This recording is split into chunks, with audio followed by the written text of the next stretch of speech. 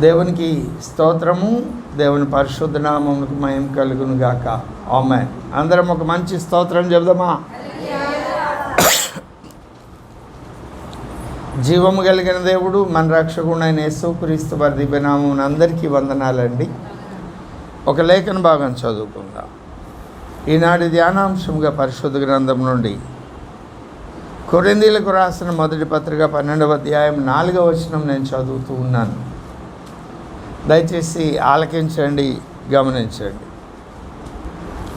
కృపావరములు నానా విధములుగా ఉన్నవి, కానీ ఆత్మ ఒక్కడే. చిన్న మాట ప్రార్థన చేసుకో. మా ప్రియ ప్రభువా, ఒక మాట మాకు నేర్పించండి. మీ దాసుడను ఒట్టివాడును మట్టివాడను, అల్పుడును అయోగ్యుడును, మీ పని కొరకు మీరు పిలిచిన పిలుపుని బట్టి తెగించి మీ పక్షంగా నిలవబడి ఉన్నాను. నా శరీర ప్రాణాత్మను మీ వశం చేసుకోమని మీ రక్తమును ఆశ్రయించి నన్ను నేను మీకు సంపూర్ణంగా లోబరుచుకుంటున్నానయ్యా. మీ అగ్నితో పుటము వేయండి, మీ రక్తంతో పరిశుద్ధపరచండి, నన్ను ప్రత్యేకపరచండి. యజమానుడు వాడుకొనకు అర్హమైన పాత్రగా నన్ను సిద్ధపరిచి మీ చేతిలో భద్రపరిచి, పరిశుద్ధాత్మదేవా, మీ శైలిలో, మీ స్థాయిలో మీ ఆత్మకార్యం నా యందు మా అందరి యందు జరిగించమని వేడుకుంటూ యేసుక్రీస్తు వారి దివ్య నామమున అడిగి వేడుకొని ప్రార్థన చేయుచున్నాం తండ్రి. ప్రభువునందు నాకు అత్యంత ప్రియమైన వారులారా, మనము పరిశుద్ధాత్మ వరములు అనే అంశాన్ని మనం ధ్యానం చేయబోతున్నాం. పరిశుద్ధాత్మ వరములు, ఇవి ధ్యానం చేయడానికి ముందు కొన్ని మాటలు చెప్తాను. ఇంతకుముందు చెప్పినవే మరలా పునరుద్ధరణ చేస్తున్నా. పరిశుద్ధాత్మ వరములు లేదు పరిశుద్ధాత్మ అనే ఒక వ్యక్తి మీదే చాలా భిన్నాభిప్రాయాలు ఉన్నాయి క్రైస్తవ సమాజంలో. పరిశుద్ధాత్మ అనేటువంటిది ఒక వ్యక్తి కాదు, ఒక శక్తి అని చెప్పే డినామినేషన్లు ఉన్నాయి. పరిశుద్ధాత్మ అనేటువంటి వ్యక్తి ఆయన వ్యక్తే కానీ ఏకకాలంలో ఉండేటువంటి వ్యక్తి కాదు. ఆయన మొదట యెహోవా దేవుడిగా ఉన్నాడు, తర్వాత యేసు ప్రభు వారికి వచ్చారు, ఆ తర్వాత ఇప్పుడు ఆయనే పరిశుద్ధాత్మ దేవుడికి వచ్చాడు. యెహోవా దేవుడే యేసుగా వచ్చాడు, యెహోవా దేవుడే పరిశుద్ధాత్మ దేవుడికి వచ్చారు అని చెప్పే సిద్ధాంతాలు, డినామినేషన్లు ఉన్నాయి. కాదు, తండ్రి అయినా యేసే, పరిశుద్ధాత్ముడైనా యేసే. యేసు మాత్రమే దేవుడు, యేసు నామం మాత్రమే ఉపయోగించాలి, తండ్రి నామం ఉపయోగించవద్దు అని చెప్పే సహోదరులు ఉన్నారు. వాళ్ళు దేవుని కొరకు ప్రతిష్ఠించుకున్న వాళ్ళే.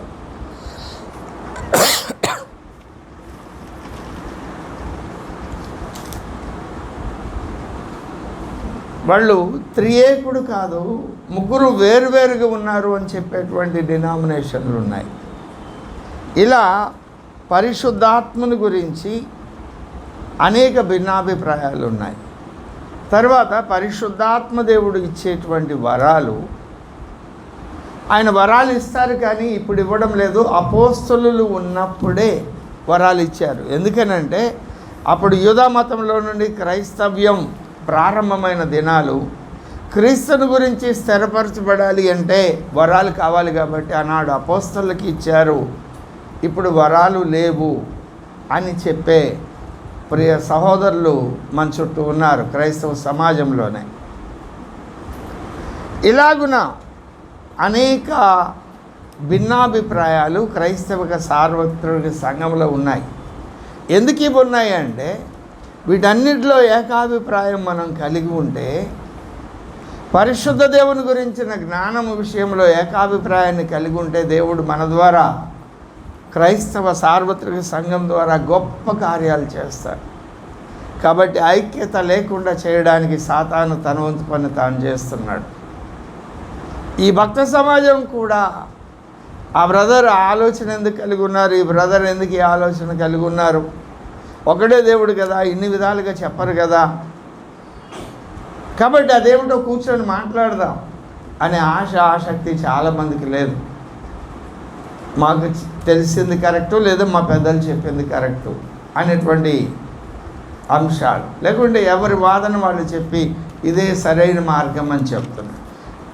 ఎదుటివాడు చెప్తున్నటువంటి విషయం ఎందుకు సరైంది కాదో వివరణ చెప్పలేని స్థితిలో అనేక మంది అది పట్టుకొని అలాగే నడిచి వెళ్ళిపోతున్నారు.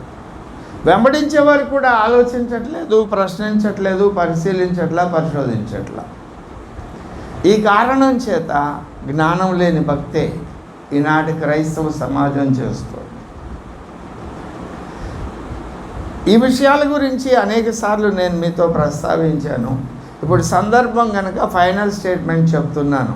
మనం నమ్మినటువంటి లేఖన సారాంశ సత్యం ఏమిటి అంటే, తండ్రి అయిన దేవుడు, కుమారుడైన దేవుడు, పరిశుద్ధాత్మ దేవుడు, వీరు ముగ్గురు కూడా 3 వ్యక్తిత్వాలను కలిగి ఒకే దేవునిగా శాశ్వత కాలం నుండి శాశ్వత కాలం వరకు ఉన్నారు. దేవుడు అక్కడే 3 వ్యక్తిత్వాలు కలిగి వారు ఉన్నారు. వారు శాశ్వత కాలం నుండి శాశ్వత కాలం వరకు ఉన్నారు. ఇది ఎలా సాధ్యము అనే ప్రశ్న మనకు ఎదురైతే, ఆదికాండం 1వ అధ్యాయం 26వ వచనంలో 28వ వచనంలో దేవుడు తన పోలిక చొప్పున తన స్వరూపమందు నరుని చేశాడు. ఇప్పుడు నరునిలో ఎన్ని భాగాలు ఉన్నాయి? 3 భాగాలు: శరీరము, ప్రాణము, ఆత్మ. ఇవి మూడు వేరు వేరు వ్యక్తిత్వపు లక్షణాలు కలిగి ఉన్నా ఇవి 3 కలిసి ఉన్నదే నరుడు. ఈ 3 కలిసి ఉన్నదే మనుష్యుడు. అవును కదా? ఈ మూడు వేరు వేరు వ్యక్తిత్వాలు. శరీరం యొక్క గుణలక్షణాలు వేరు, ఆత్మ యొక్క గుణలక్షణాలు వేరు, ప్రాణం యొక్క గుణలక్షణాలు వేరు. కానీ ఇవి 3 వేరు కాదు, 3 కలిసి ఒకటే. విజయ్ కుమార్ ఆత్మ ఇక్కడికి వచ్చింది అన్నారు అనుకోండి, అప్పుడు ఎవరు వచ్చినట్టు? శరీరం రాలేదు అన్నట్టు. శరీరం రాకుండా ఆత్మ ఒకటే వస్తే ఏం జరుగుద్ది? దయ్యం వచ్చిందని పారిపోతారు. అలా లేదు కదా. విజయ్ కుమార్ అనే వ్యక్తి సజీవుడై ఉంటే అతనితో పాటు అతని శరీరము, ఆత్మ, ప్రాణం 3 కూడా కలిసి వస్తేనే విజయ్ కుమార్ సజీవుడిగా ఉన్నాడు. అలాగే దేవుడు కూడా ఆయన మనం అర్థం చేసుకోలేమనే మాట ఎంత వాస్తవమో, మనకు ఎంతవరకు అవసరమో అంతవరకు అర్థమవుతాడనే విషయం కూడా వాస్తవం. ఇప్పుడు ఈ శరీరానికి వేరుగా ప్రాణం ఎలాగూ ఉండలేదు, ప్రాణానికి వేరుగా ఆత్మ ఎలాగూ ఉండలేదు. అవి 3 కలిసి ఉంటేనే మనలో జీవం ఉంటుంది, మనం సజీవులుగా ఉంటాం. అది ఎలాగో మనకు తెలియదు, అవి ఎలా కలిసి ఉన్నాయో మనకు తెలియదు, ఆ మెకానిజం మనకు తెలియదు. కానీ కలిసి ఉన్నాయి అన్నమాట వాస్తవం, అది మనకు తెలుసు. అలాగే తండ్రి, కుమార, పరిశుద్ధాత్మలు కూడా కలిసి ఏకదేవునిగా ఉన్నారు. ఆ విషయం మనకు తెలుసు. రోమాపత్రిక 1వ అధ్యాయం 20వ వచనంలో దేవుని యొక్క దైవిక లక్షణాలు, ఆయన నిత్య శక్తి మనకు ఎలా తెలుస్తుంది? ఆయన సృష్టించిన సృష్ట్యాన్ని, ఆయన అదృశ్య లక్షణములు అనగా ఆయన నిత్యశక్తియు దేవత్వమును, జగదుత్పత్తి మొదలుకొని సృష్టింపబడిన వస్తువులను ఆలోచించటం వలన తేటపడుచున్నవి గనుక అని లేఖనం చెప్తుంది. దీనికి బెస్ట్ ఎగ్జాంపుల్ మనం చెప్పుకున్నాం, ఒక బత్తాయి పండు. అక్షరార్థమైన బత్తాయి పండులో అనేక తొనలు ఉంటాయి, 10, 11 ఉంటాయి. ఈ పండులో, దేవుడు అనేటువంటి పండుతో పోల్చినట్లయితే 3 తొనలు ఉన్నాయి. తండ్రి అనే తొన, కుమారుడు అనే తొన, పరిశుద్ధాత్ముడు అనే తొన. అలాగనే వాళ్ళేమో తొనలు కాదు. ఆయన అర్థం చేసుకోవడానికి ఆయన సృష్టించిన సృష్ట్యాన్ని పరిశీలిస్తున్నాం. ఒక్కొక్క తొనలో అనేక రసనాళికలు ఉంటాయి. అలాగే తండ్రి అనేటువంటి విభాగంలో కొన్ని కోట్ల కొలది, ఆ లెక్కెంతో మనకు తెలియదు, ఆ రసనాళికలు బత్తాయి పండులో ఉన్నట్టు అనేక కోట్ల విభాగాలు తండ్రి అనే తొనలో ఉంటాయి. ఆయన ఎప్పుడు నేనే యెహోవాను, నేనే యెహోవాను అంటూ ఉంటారు ఆయన. అలాగే కుమారుడు అనేటువంటి తొనలో కూడా అలాగూ కోట్ల కొలది అంశాలు ఉంటాయి, రసనాళికలు ఉన్నట్టు. నేనే కుమారుణ్ణి, నేనే కుమారుణ్ణి, అలాగే నేనే పరిశుద్ధాత్మ. ఇవి మూడు కూడా ఈ సంపూర్ణమని వీళ్ళ ముగ్గురు కలిసి ఉంటే ఎలాంటి సర్వశక్తి తత్వము, సర్వజ్ఞత, సర్వవ్యాపకత ఉంటుందో ఒక్కొక్క తొనలోని ఒక్కొక్క రసనాళికలాగా కోట్ల కొలది అంశాలుగా ఉన్న దేవుడు ఆ ఒక్కొక్క చిన్న భాగం కూడా అలాంటి సర్వశక్తి తత్వాన్ని, సర్వజ్ఞతను, సర్వవ్యాపకతను, ఆ దేవుని యొక్క సంపూర్ణమైన దైవిక లక్షణాలను ఆ చిన్న అంశం కూడా కలిగి ఉంటుంది. కాబట్టి భక్తులు నా దేవా అని పిలవగలిగారు. నా దేవా, నా దేవా అని పిలవగలిగారు. ఎవరికి వారు ఈ విశ్వంలో ఎన్ని కోట్ల మంది ఉన్నారో లెక్క మనకు తెలియదు. ఎన్ని కోట్ల మంది వ్యక్తులు ఉన్నారో అంతమంది వ్యక్తులకు ఒక్కొక్కరిగా ఆయన ప్రత్యక్షమవుతారు. కాబట్టి ఆయనకి అనంతుడు అనే పేరు వచ్చింది. ఆయనకి అనంతుడు అనే పేరు వచ్చింది. ఆ అనంతుడిలోని ప్రతి అంశ కూడా ఆ సర్వ సంపూర్ణతను కలిగి ఉన్నది. ఆదికాండం 17వ అధ్యాయంలో ప్రారంభ వచనాల్లో అబ్రహాంతో చెప్తూ నేను సర్వశక్తిమంతుణ్ణి అని అంటారు ఆయన.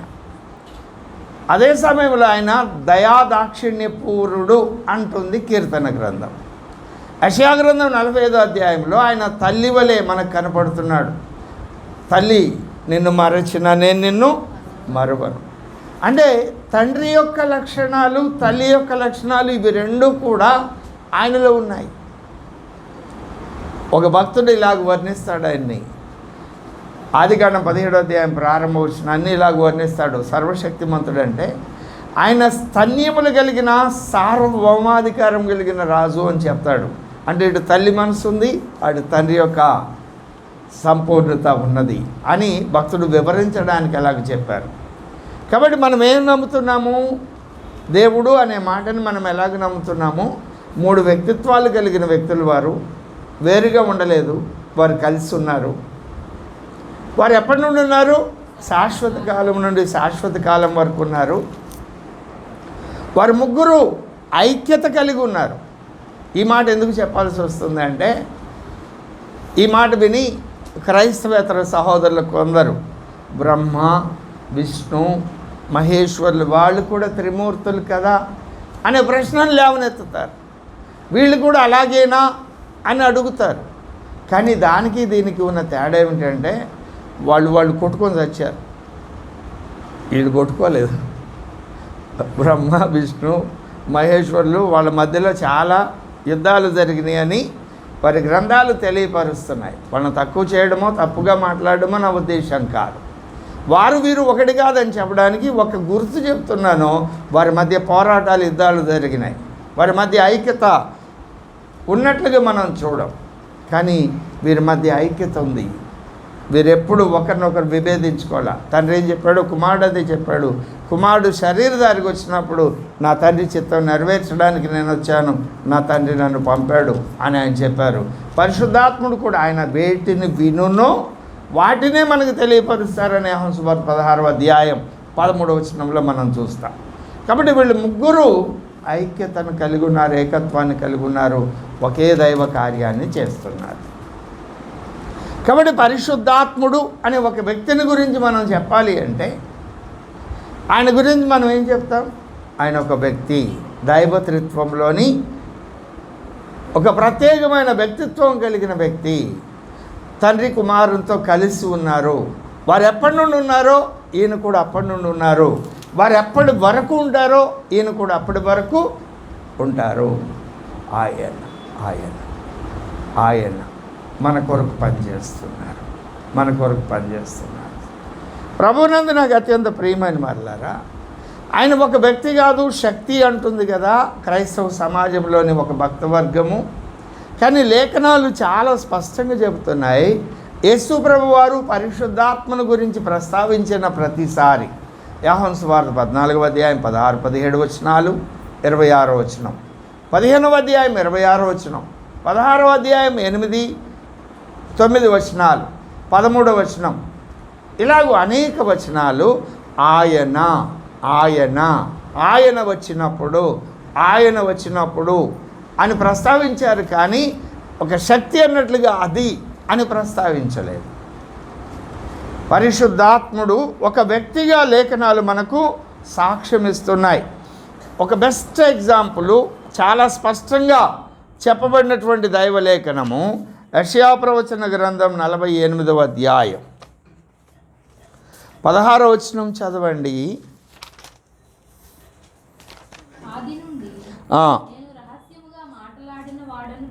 కాను అది పుట్టిన కాలము మొదలుకొని నేను అక్కడ ఉన్నవాడను. నెమ్మదిగా చదవండి. ప్రభువగు యెహోవాయు, ఆయన ఆత్మయు, పంపబడిన ఆయన ఒక ఆయన, పంపిన వారిద్దరు. ఎవరు పంపారు? యెహోవాయు, ఆయన ఆత్మ. యెహోవా అనే పేరు కలిగిన వారు కనీసం ఆ ముగ్గురులో ఇద్దరు ఉన్నారు అని ఆదికాండం 18వ అధ్యాయం, ఆదికాండం 19వ అధ్యాయం మనకు తెలియపరుస్తున్నాయి. నిర్గమకాండం 23వ అధ్యాయం 23వ అధ్యాయము మనకు తెలియపరుస్తున్నాయి. కనీసం ఇద్దరు యెహోవాను పేరు కలిగిన వారు ఉన్నారు అని. అలాగనే ఆయన మన బలహీనతలను చూసి, ఒక వ్యక్తిగా మనల్ని చూసి, రోమీయులకు రాసిన పత్రిక 8:26 మన కొరకు విజ్ఞాపన చేయుచున్నాడని లేఖనం చెప్తుంది. ఒక వివాదం వచ్చినప్పుడు ఆ వివాదాన్ని తర్కించినటువంటి దేవభక్తులు యెరూషలేము పట్టణంలో యాకోబు నాయకత్వంలో పౌలు ఉన్నారు, శీల ఉన్నారు, పేతురు అపోస్తల బృందం ఉన్నారు. వారందరూ కలిసి ఒక ఫైనల్ స్టేట్మెంట్ చెప్తూ అపోస్తల కార్యముల గ్రంథం 15వ అధ్యాయం 29 నుండి 30 వరకు 31 వరకు ఉన్న లేఖనంలో పరిశుద్ధాత్మకును మాకును తోచెను అని వ్రాయబడి ఉంటుంది. అపోస్తల కార్యముల గ్రంథం 13వ అధ్యాయం ప్రారంభ వచనంలో పౌలును, బర్నబాను, ఇంకా ముగ్గురు పేర్లు చెప్పారు. నేను ప్రత్యేకించినటువంటి పని కొరకు పౌలు, బర్నబాను పిలవండి, నా కొరకు వారిని ప్రత్యేకపరచండి అని అపోస్తల కార్యముల గ్రంథం 13వ అధ్యాయం ప్రారంభ వచనంలో ఒక వ్యక్తి మాట్లాడుతున్నట్లుగా లేఖనం మనకు చెప్తోంది. అలాగే అపోస్తల కార్యముల గ్రంథం 5వ అధ్యాయం 3వ వచనంలో నువ్వు దేవుణ్ణే మోసగించావన్నాడు పరిశుద్ధాత్మ పూర్ణుడైన పేతురు పరిశుద్ధాత్మను గురించి చెప్తూ అననీయ సప్పీరాల విషయంలో. ఎఫెసీయులకు రాసిన పత్రిక 4వ అధ్యాయం 30వ వచనంలో పరిశుద్ధాత్మను దుఃఖపరచుకుడి అని వ్రాయబడి ఉంది. అలాగే 139వ కీర్తన 7-8 వచనాల్లో ఆయన సర్వాంతర్యామిగా కనపడుతున్నాడు యేసు ప్రభువారు. అలాగే ఆత్మ, పరిశుద్ధాత్మ కనపడుతుంది. అలాగే యోబు గ్రంథం 33వ అధ్యాయం 4వ వచనంలో పరిశుద్ధాత్మ దేవుడు సృష్టికర్తగా కనపడుతున్నారు. హెబ్రీయులకు రాసిన పత్రిక 9వ అధ్యాయం 14వ వచనంలో నిత్యుడగు ఆత్మ, ఎల్లకాలం ఉండే వ్యక్తి అని ఆ లేఖనం మనకు తెలియపరుస్తుంది. ఇలాగూ అనేక వచనాలు.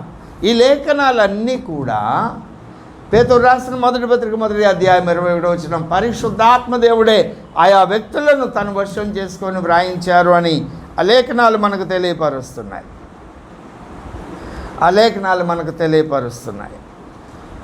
ఇలాగున దేవుని వాక్యం పరిశుద్ధాత్మ దేవుడు ఒక వ్యక్తి అనే విషయాన్ని మనకు తెలియపరుస్తుంది. ఇందులో ఎవరికైనా డౌట్ ఉంటే తర్వాత నన్ను అడగచ్చు కదా.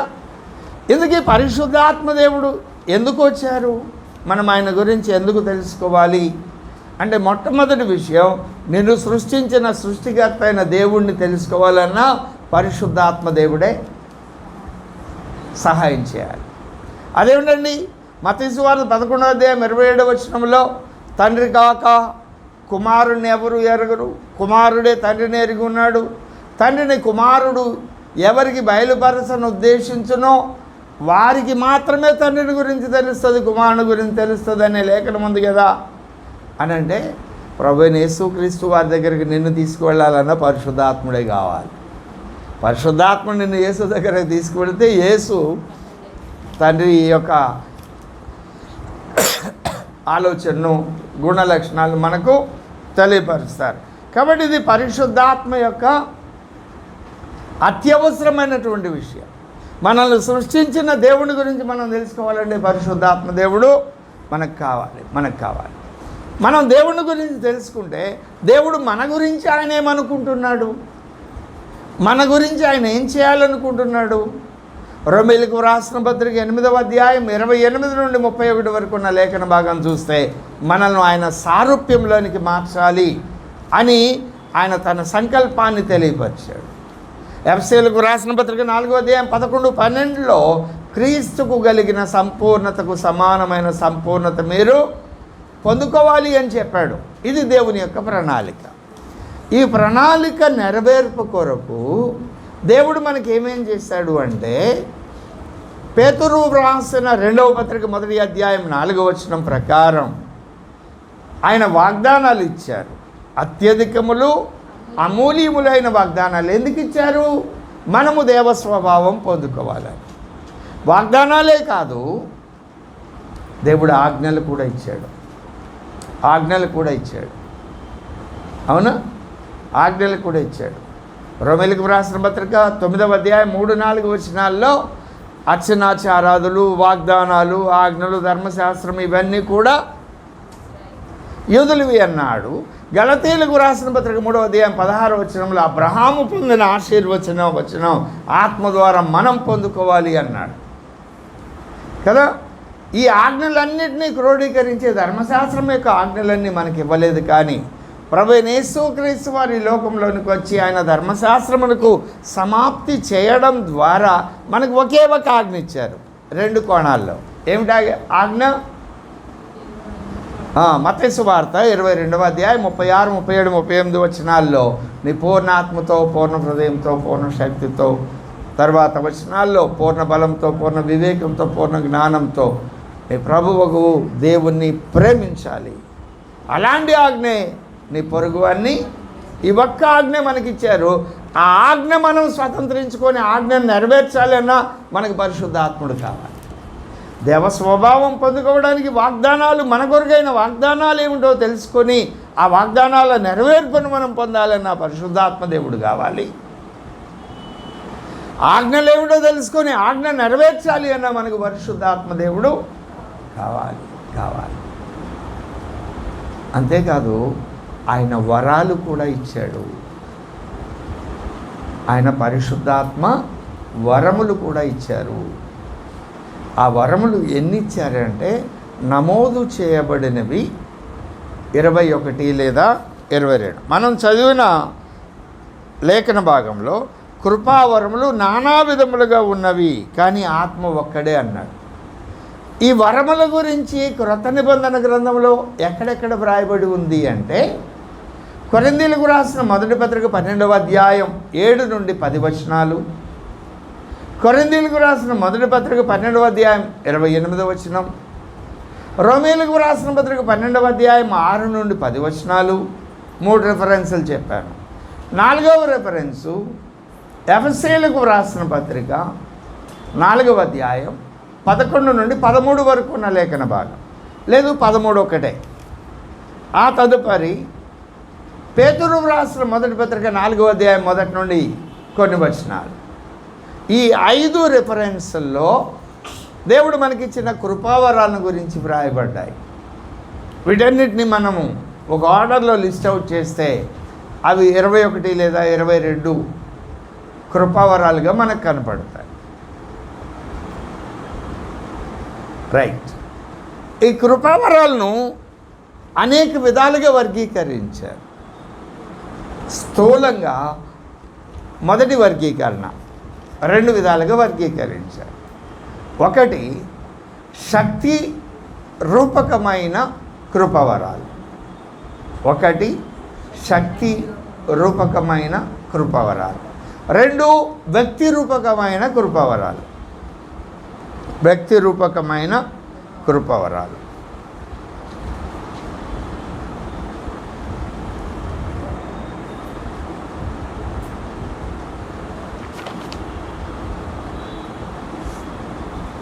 మరి ఒక వర్గీకరణ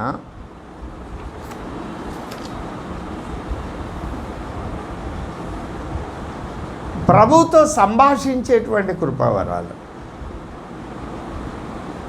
ఉదాహరణకు భాషలు మాట్లాడేవారు, భాషలకు అర్థం చెప్పేవారు, ప్రవచన వారు. ఇవి 3 ప్రభువుతో సంభాషించడానికి, ప్రభువు చెప్పిన మాటలు చెప్పడానికి. భాషల వరంలో చెప్పలేం, ప్రభుతో మాట్లాడమే. ప్రవచన వరంలో చెప్తాం. రెండవది దేవుని ప్రణాళికను తెలుసుకునేటువంటి వరాలు, లేదు దేవుని సంకల్పాన్ని తెలుసుకునేటువంటి వరాలు. ఇవి బుద్ధివాక్యము, జ్ఞానవాక్యము, ఆత్మల వివేచన అనేటువంటి వరం.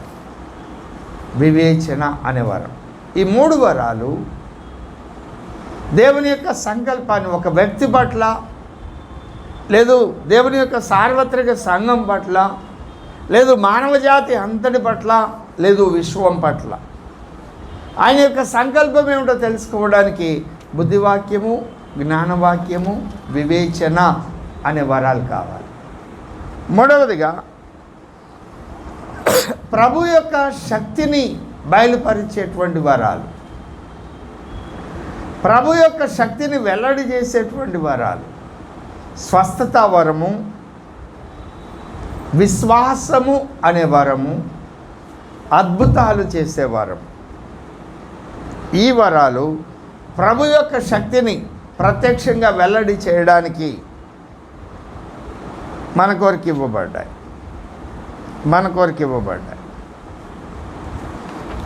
పాత నిబంధన గ్రంథంలో పరిశుద్ధాత్మ దేవునికి, పాత నిబంధన గ్రంథంలో పరిశుద్ధాత్మ దేవుడు ఉన్నారా లేరా? ఉన్నారు. పాత నిబంధన గ్రంథంలో ఉన్న పరిశుద్ధాత్మ దేవునికి, క్రొత్త నిబంధన గ్రంథంలో ఉన్న పరిశుద్ధాత్మ దేవునికి, పరిశుద్ధాత్ముడు ఒక్కడే. ఈ రెండుకి ఉన్న వ్యత్యాసం ఏమిటి అంటే, పాత నిబంధన గ్రంథంలో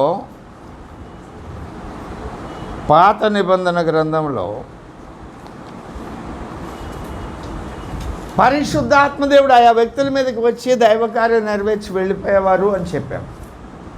చాలా కొద్ది మందిలోనే పరిశుద్ధాత్మ దేవుడు నివసించారు, చాలా కొద్ది మందిలోనే. ఎందుకు అలాగూ జరిగింది? అదే క్రొత్త నిబంధనలోకి వచ్చేటప్పటికి పరిశుద్ధాత్ముడు ఆయన వచ్చి ఇక్కడే ఉండిపోయారు. ఎవరు నన్ను ఆహ్వానిస్తారా, నేను వారి యొద్దకు వెళ్ళాలి, వారిలోకి వెళ్ళాలి అని ఆయన కాచుకొని చూస్తున్నాడు. అందుకు విరుద్ధంగా ప్రవర్తిస్తున్న వారి మీద ఆయన అల్లాడుతూ ఉన్నాడు. ఎందుకు అని అంటే, పాత నిబంధన గ్రంథంలో పరిశుద్ధాత్మ దేవుని కొరకు వెల చెల్లించలేదు. క్రొత్త నిబంధన గ్రంథంలో పరిశుద్ధాత్మ దేవుణ్ణి భూమి మీదకి తీసుకొని రావడానికి తండ్రి వలన వాగ్దానం పొందిన యేసు వెల చెల్లించారు. ఆయన మార్కు సువార్త 10:45 మన పాపముల కొరకు విమోచన క్రయధనముగా ఆయన రక్తము వెల చెల్లించారు కనుక తండ్రి వలన పొందిన వాగ్దానం యొక్క నెరవేర్పు కొరకు ఆయన ఆరోహణమై వెళ్ళిపోయిన తర్వాత విజ్ఞాపన చేశారు. ఆ వాగ్దానం ప్రకారం పెంతెకొస్తు దినాన పరిశుద్ధాత్మ దేవుడు భూమి మీదకి దిగి వచ్చాడు. ఆయన ఎప్పటి వరకు ఉంటారు? సంఘాన్ని వధువుగా సిద్ధపరిచి యేసు ప్రభు వారికి తీసుకువెళ్ళి అప్పగించే వరకు కూడా ఆయన మనతోనే ఉంటారు. దేవునికి స్తోత్రం చెప్దామా? అప్పటి వరకు ఉంటారు ఆయన పరిశుద్ధాత్ముడు. ఆయన ఇచ్చిన వరాలు కూడా అప్పటి వరకు ఉంటాయి. దీని మీద భిన్న అభిప్రాయాలు ఉన్నాయి. అవి మనం ఒక్కొక్క అంశం ధ్యానం చేస్తూ ఉన్నప్పుడు వాటన్నిటిని మనము ధ్యానం చేద్దాం, తర్కించుదాం, సత్యాన్ని తెలుసుకోవడానికి ప్రయత్నం చేద్దాం. ప్రభునందు నాకు అత్యంత ప్రియమైన వాళ్ళారా, ఈ మాటలు మీరు మనసును పెట్టండి.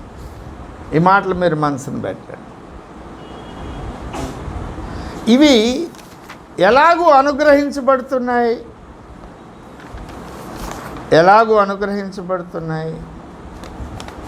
వరాలు ఎన్ని? 21 అని చెప్పాం. 12వ అధ్యాయంలో 9 ఉన్నాయి. 28వ వచనంలో 12వ అధ్యాయం 28వ వచనంలో 5 ఉన్నాయి. రోమీయులకు రాసిన పత్రిక 12:6 నుండి 10 వరకు ఉన్న వచనాల్లో 5 ఉన్నాయి. అలాగనే ఎఫ్ఎసీయులకు రాసిన పత్రికలో 13వ వచనంలో 5 ఉన్నాయి. అలాగే పేతురు రాసిన పత్రికలు కూడా ఉన్నాయి. ఇవన్నీ కొన్నిసార్లు డబుల్గా వ్రాయబడ్డాయి. వాటన్నిటిని మనము కరెక్ట్గా అనలైజ్ చేస్తే 21 లేదా 22 వరాలు మనకు కనబడుతున్నాయి. ఈ వరాలు ఎలాగూ అనుగ్రహించబడతాయి? అవునా?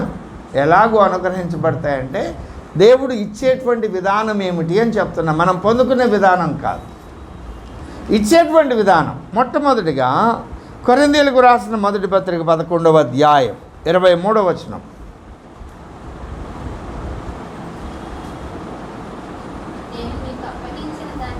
పౌలు గారు చెప్తున్నారు, నేను మీకు అప్పగించిన దానిని ప్రభువు వలన పొందుతున్న. ప్రభువే డైరెక్ట్గా ఇస్తాడు వరాలు.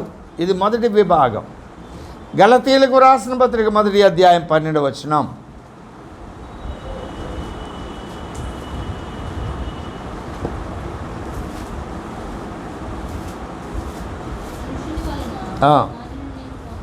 మనుష్యుల వలన నేను దానిని పొందలేదు, నాకెవడునూ దాన్ని బోధింపను లేదు, కానీ యేసుక్రీస్తు బయలుపరుచుట వలననే అది నాకు.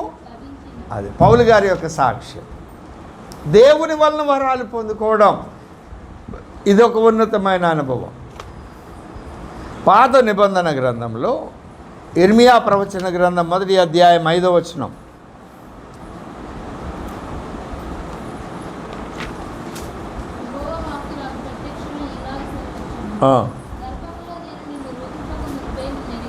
ఎరిగి తిని ప్రతిష్ఠించి తిని నియమించి తిని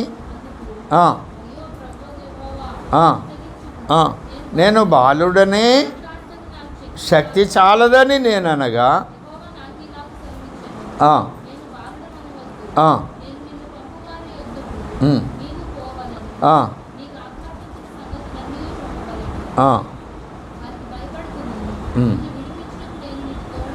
తోడై ఉన్నాను,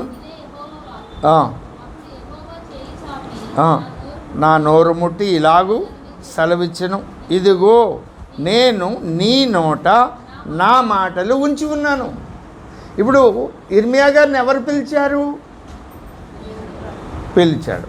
పిలిచిన ఆయన ఏ పని కొరకు పిలిచాడో చెప్పాడు. జనములకు నువ్వు ప్రవక్త అన్నాడు. అన్న తర్వాత నేను బాలుణ్ణి కదా అంటే, నీకు అవసరమైన సంపత్తు నేను నీకు ఇస్తున్నా. ఏమిటది? నీ నోట నా మాట. ఇప్పుడు ఇక్కడ ఉన్న వాళ్ళందరినీ దేవుడు పిలిచాడా పిలవలేదా? రక్షణ పొందిన పిలిచారా? ఎప్పుడు పిలిచాడు?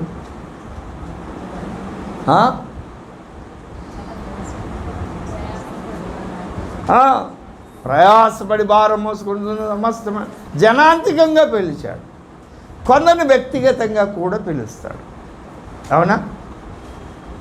అలాగే రోమా 8:29-30 కూడా దేవుడు ముందు ఎవరిని ముందుగా ఎరిగినో వారు నిర్ణయించిన వారిని పిలిచాడు. అవును కదా? పిలిచాడు. పిలిచిన వానికి దేవుడు వరమిస్తాడయ్యాడు. ఎందుకు? ఏ పని కొరకు పిలిచాడో ఆ పని చేయడానికి అవసరమైన సామర్థ్యాన్ని ఆయన ఖచ్చితంగా ఇస్తాడు. ఇప్పుడు దేవుడు నిన్ను పిలిచి ఉంటే, ఏ పని కొరకు దేవుడు నిన్ను పిలిచాడో ఆ పని కొరకు అవసరమైన వరాన్ని ఆయన ఖచ్చితంగా ఇస్తాడా ఇవ్వడా? నీ పిల్లోడిని బజారుకి పంపావు, ఒక 100 రూపాయలు ఇచ్చి ఆ వస్తువు తెమ్మని, ఒక పేస్టో పెన్నో తెమ్మని పంపావు. మనీ ఇచ్చి పంపుతావా? ఇవ్వకుండా పంపుతావా? మరి నీకే అంత జ్ఞానం ఉంటే, దేవుని రాజ్య నిర్మాణం కొరకు దేవ స్వభావం కలిగిన వ్యక్తులుగా మనల్ని మార్చడానికి పిలిచిన దేవుడు మనకెందుకు ఇవ్వడు వరాన్ని? ఎఫ్సీలకు రాసిన పత్రిక 1వ అధ్యాయం 3వ వచనం.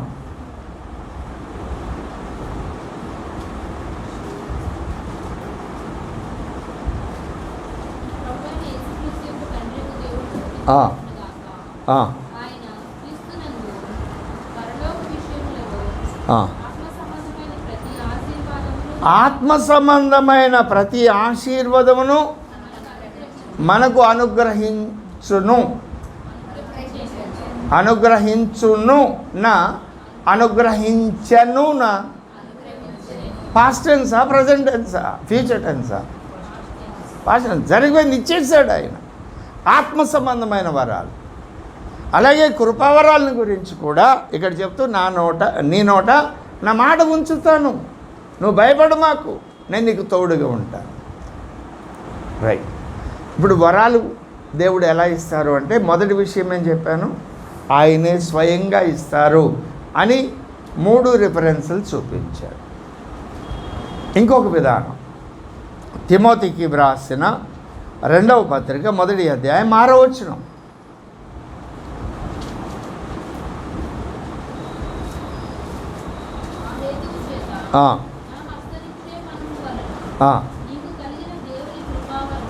ఎలా కలిగిందట? తిమోతి గారికి వరము హస్త నిక్షేపణం. హస్త నిక్షేపణం అంటే ఏమిటో, జ్వరం వచ్చిన వాళ్ళకి తల మీద చేయబెట్టి ప్రార్థన చేస్తాడు పాస్టర్ గారు. ఎవరినైనా బిడ్డలను దీవించాలన్నా తల మీద చేయబెట్టి ప్రార్థన చేస్తాడు పాస్టర్ గారు. ఆత్మపూర్ణులైన వ్యక్తులైనా తల మీద చేతులు పెట్టి ప్రార్థన చేస్తాడు. అవి కాదు. హస్త నిక్షేపణం అంటే నిక్షిప్తము చేయడం అని అర్థం. హస్తమును నిక్షిప్తము చేయడం.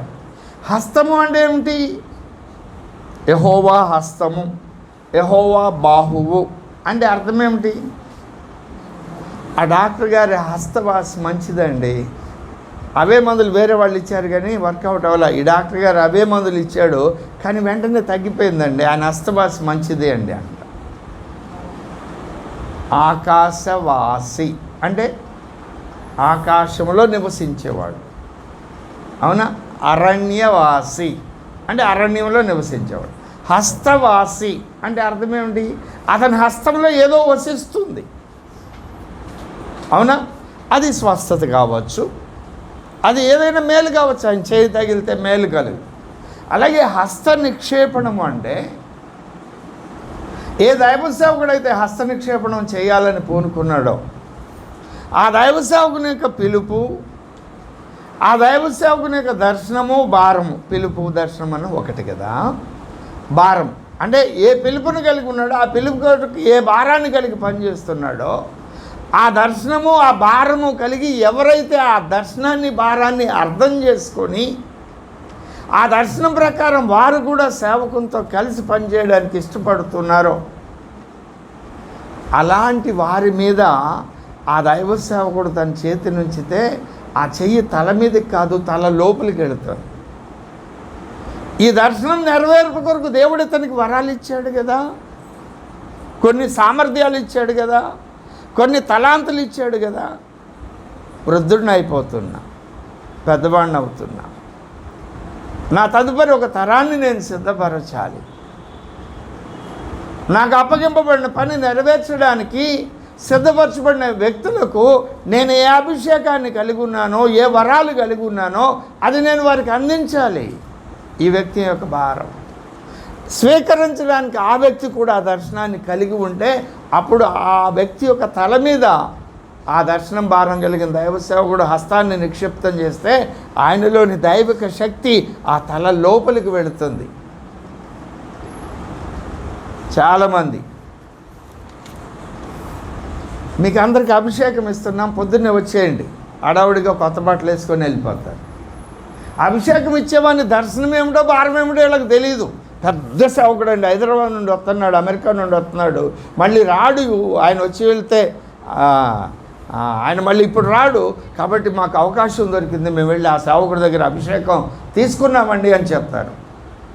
మంచిదే నీ ఉద్దేశం, కానీ ఆ దైవ సేవకుడి దర్శనం ఏమిటి, భారం ఏమిటి? అవి తెలియకుండా ఆ శక్తిని దేవుడు నీకు ఆ సేవకుడి ద్వారా ఇస్తే అది నీకు ఎంత ప్రమాదకరం ఆలోచన చేయండి. ఆ దర్శనం భారం ఉంటే ఆ శక్తిని, ఆ అభిషేకాన్ని, ఆ వరాన్ని ఆ పరిచర్య కొరకే నువ్వు వాడుతావు. ఆ దర్శనం, ఆ భారం లేకపోతే దేనికైనా వాడేస్తాం. డబ్బులకు వాడేస్తాం, పలుకుబడికి వాడేస్తాం, వ్యక్తులను లోబరుచుకోవడానికి వాడేస్తాం. నువ్వు నష్టపోతావు, సమాజాన్ని, సంఘాన్ని నష్టపరుస్తావు. మనుషులు మెప్పు కొరకు ప్రార్థన చేస్తావు, పని చేస్తావు. అభిషేకం అలాంటి వాళ్ళు హస్తనిక్షేపణం చేస్తే రాదు అని నేను అనడం లేదు, అది ఎలా దుర్వినియోగం అవుతుందో చెప్తున్నాను. ఆలోచన చేయండి. కాబట్టి ఏ దైవ సేవకుడికి హస్త నిక్షేపణం చేయాలో ఆ దైవ సేవకుడికి దేవుడు అప్పగించిన పని ఏమిటి, దాని కొరకు ఎలాంటి సమర్పణ ప్రతిష్ట కలిగిన జీవితాన్ని ఆయన జీవిస్తున్నాడు, పనిచేస్తున్నాడు, అది నీకు తెలియాలి. అప్పుడు ఆ దైవ సేవకుడు హస్త నిక్షేపణం చేసినప్పుడు ఆ శక్తి వస్తుంది. ఇది ఒక విధానం. హస్త నిక్షేపణం వలన వరాలు. ఒకటి దేవుడు డైరెక్ట్గా ఇస్తున్నాడు, రెండు హస్త నిక్షేపణం వలన. నేను పరిచయం చేసుకుంటూ వెళుతున్నా, సంపూర్ణ వివరణ కాదు, ఒక్కొక్క మాట ఒక్కొక్క వర్తమానం అవుతుంది. మూడవది తిమోతికి రాసిన మొదటి పత్రిక 4వ అధ్యాయం 14వ వచనం.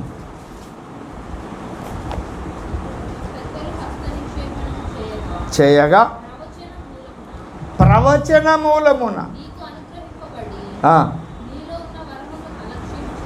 అది కాదు.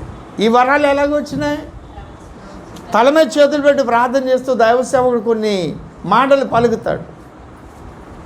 ఏలియా వంటి అభిషేకం ఈ బిడ్డ పొందుకొనును గాక, ఏలియా ఆత్మ ఈ బిడ్డ మీదకి దిగివచ్చును గాక, తిమోతి మీద ఉన్న ఆత్మ, పౌలు మీద ఉన్న ఆత్మ ఈ వ్యక్తి మీదకి దిగివచ్చును గాక అని ఆయా వ్యక్తులకు సంబంధించి ఆయన పలుకుతారు. పలికినప్పుడు ఆయన పలికిన ఆ ప్రవచనాన్ని పట్టుకొని నువ్వు విడవకుండా ప్రార్థన చేస్తే, ఇప్పుడు ఏలియా యొక్క ఆత్మ దిగివచ్చునుగా కానీ నీ మీద నిన్ను గురించి పలికినప్పుడు నువ్వు ఆత్మ నాకు కావాలని అడిగితే వస్తుందన్నాను కదా, ఎందుకనే ప్రశ్న వస్తుంది. ఏలియా యొక్క ఆత్మ ఏ పని చేసింది, ఏ పరిచర్య చేసింది చెప్పు? రెండు తలంపుల మధ్య తడబడుతున్న ప్రజలను ఒక తలంపు క్రిందకి తీసుకురావడానికి పనిచేసింది. పిల్లల హృదయాలు తండ్రుల తట్టును, తండ్రుల హృదయాలు పిల్లల తట్టు తిప్పడం అది సగమైంది, సగం పూర్తి కాల, అది పూర్తి కావాలి. ఆ పరిచర్యను గురించిన గ్రహింపు అవగాహన నీకుండి అది అడిగితే అది నీకు వస్తుంది. ఈ గ్రహింపు లేకుండా ప్రభు ఆ పాస్టర్ గారు పలికారు, పౌలు గారి మీద నా ఆత్మ నా మీదకి వస్తుందని నువ్వు నాకు ఇవ్వు అంటే పౌలు గారి పరిచర్య ఏమిటి, ఆయన దర్శనం ఏమిటి, ఆయన భారం ఏమిటి, ఆయన సమర్పణ ఏమిటి, ఆయన ప్రతిష్ఠ ఏమిటి తెలియకుండా రాదు, తెలుసుకోవాలి. యెషయా యొక్క ఆత్మ నీ మీదకి దిగి రావాలి అని సేవకుడు పలికాడు అనుకోండి. ఏమిటి యెషయా యొక్క పరిచర్య? ప్రమాణ వాక్యాన్ని కట్టడం. అది ఆయన పూర్తి చేయలేదు, పూర్తి చేయాలి. కావాలంటే అభిషేకం కావాలి. అలాగే ఇర్మియా పరిచర్య, దావీదు పరిచర్య. దావీదు పరిచర్య ఏమిటి? ఎలుగుబంటు సింహం నోట గరుచుకున్న గొర్రె పిల్లలను దాని నోట్లో నుండి బయటకు తీసుకురావడం. అంత్య దినాలలో క్రీస్తు విరోధి ఆ రెండు లక్షణాలు కలిగిన క్రూరమైన స్వభావాన్ని కలిగి ఉండే వాడి ఉచ్చుల్లో నుండి, ఉరుల్లో నుండి, వాడి బంధకాల్లో నుండి దేవుని ప్రజలను రక్షించాలి అంటే దావీదు యొక్క అభిషేకం కావాలి. ఈ వర్తమానం చెప్పాను 1 సంవత్సరం క్రితం, ఎవరు గుర్తుందో, ప్రకటన 13వ అధ్యాయాన్ని తీసుకొని చెప్పాను, లేకపోతే మరలా చెప్పుకుందాం. రైట్. ఇలా 3 విధాలు. ఇంకొక విధానం ఏమిటి అంటే ఎఫెసీయులకు రాసిన పత్రిక 4వ అధ్యాయం 8వ వచనం. వరాలు దేవుడు ఎలాగిస్తాడో చెప్తున్నాను. భక్తులు దేవుని యొద్ద నుండి వరాలు ఎలా పొందుకుంటారో చెప్తున్నాను. మొదటి విషయం ఏం చెప్పాను? దేవుడు తానే స్వయంగా ఆ భక్తులతో మాట్లాడిస్తారు అని చెప్పారు. రెండవదిగా హస్త నిక్షేపణం వలన వరాలు వస్తాయని చెప్పారు. మూడవదిగా హస్త నిక్షేపణం చేసినప్పుడు పలికిన ప్రవచన మూలముగా వరాలు కలుగుతాయని చెప్పారు. నాలుగవదిగా ఎఫెసీయులకు రాసిన పత్రిక 4వ అధ్యాయం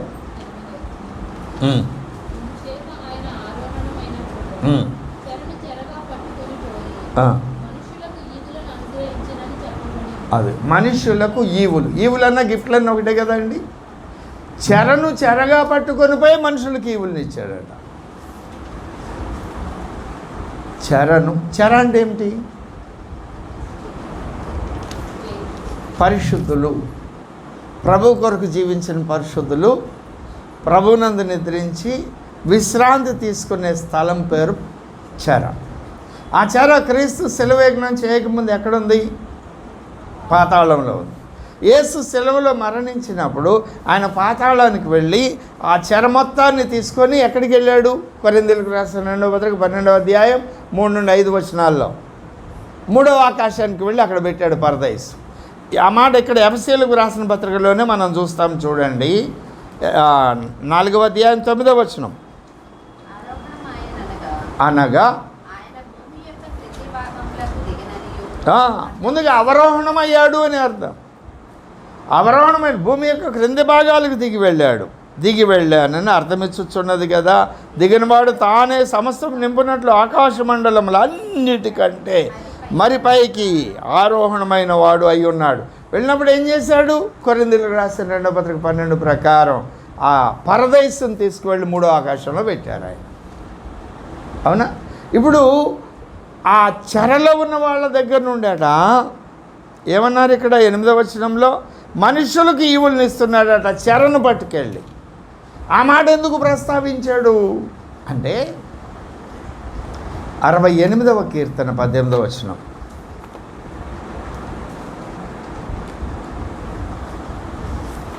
దేవుడు వరాలు ఎలాగిస్తాడో చెప్తున్నాను.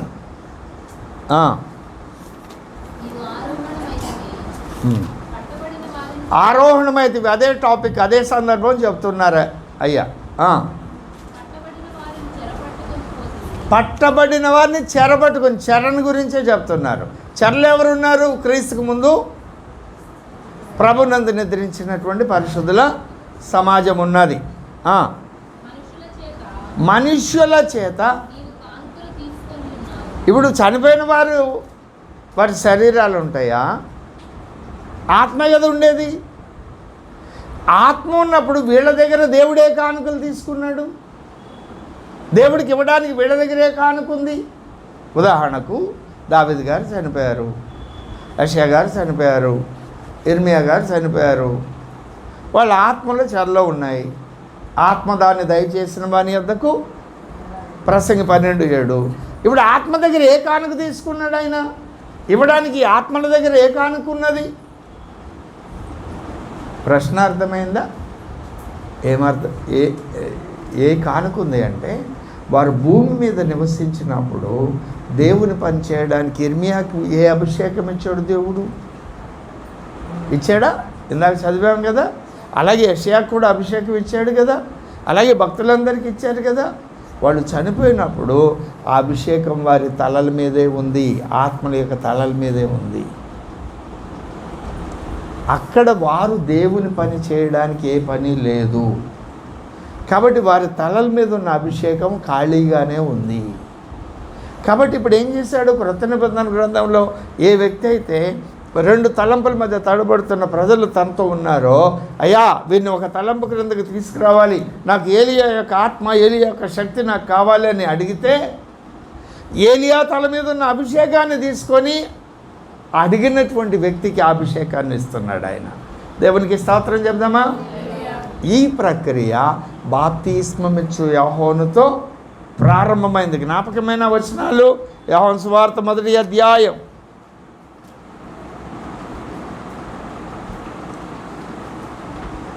ఇక్కడ ఏలియావా అని అడిగితే కాదన్నాడు. లూకాసు సువార్త 1వ అధ్యాయానికి రండి.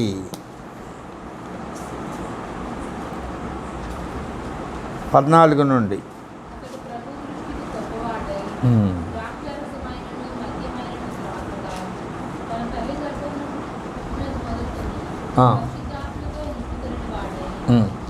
ఎవరి గురించి చెప్తున్నారు? జకరియా ఎలిజబెత్లకు పుట్టబోయే బాప్తిస్మం ఇచ్చే యోహాను గురించి చెప్తున్నారు.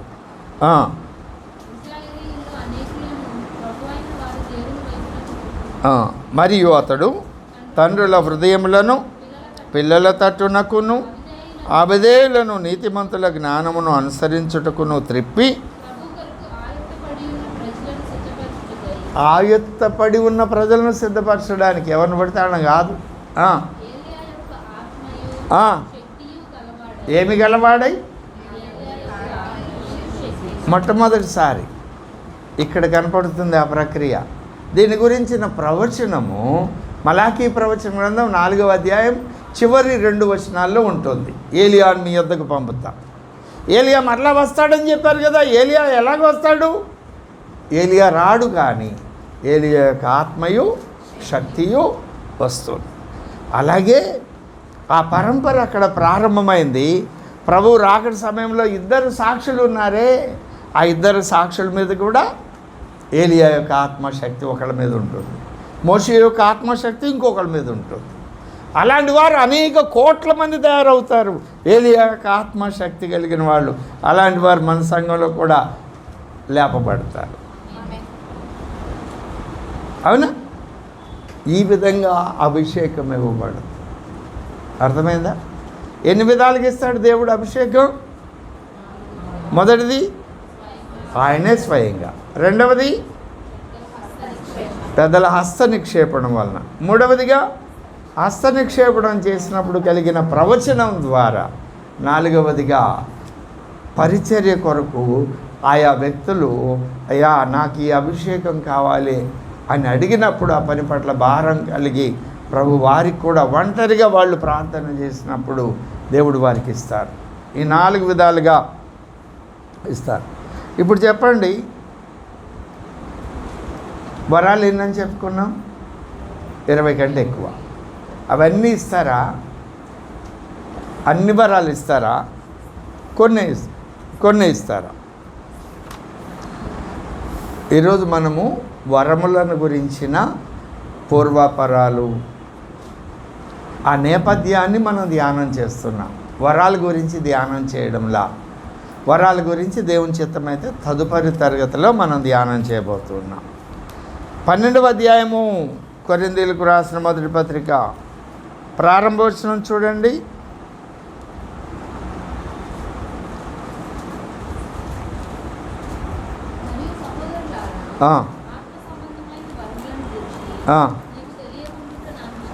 అంటే ఈయనకి అన్నీ తెలుసా తెలీదా? తెలుసంటే కలిగి ఉన్నాడనా లేదనా? మనం నమ్ముదాం.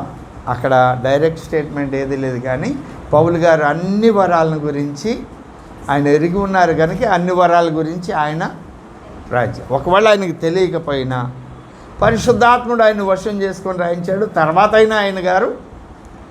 కాబట్టి పౌలు గారికి ఇచ్చిన దేవుడు మనకి ఇస్తాడు. ఈడ అవసరతను బట్టి, నువ్వు లోబడేదాన్ని బట్టి ఒక కోణం, రెండవది అక్కడ అవసరతను బట్టి, అవసరత ఉంటే ఇస్తాడు. ఎందుకంటే ఆయన పక్షపాతి కాడు. 10వ అధ్యాయంలో మనకి చూస్తాం కదా, 35 దేవుడు పక్షపాతి కాడు. రోమాపత్రికలో కూడా మనం చూస్తాం ఆ మాట, 2వ అధ్యాయం 11వ వచనంలో దేవుడు పక్షపాతి కాడు. లూకాసు వార్త 11వ అధ్యాయం 9-10 వచనాల్లో అడుగుడి మీకు ఇయ్యబడును, తట్టుడి మీకు తీయబడును. అవునా? రైట్. ఇలాగ అనేక విషయాలు చెప్పబడ్డాయి.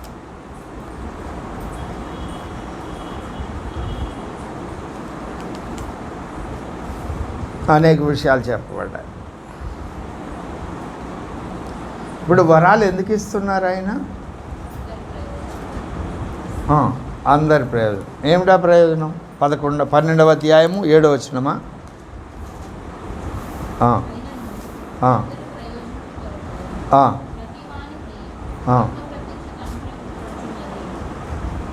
ప్రతివానికి, అందరి ప్రయోజనం కొరకు. అందరిలో నువ్వు ఉన్నావా లేదా? నీకు కూడా ప్రయోజనం. అవునా? ఎలా ఇస్తాడు? ఎన్ని ఇస్తాడు? అవసరతను బట్టి, మితిలేందుకు ఇస్తాడు. యోహాను సువార్త 1వ అధ్యాయం 16వ వచనం చూడండి.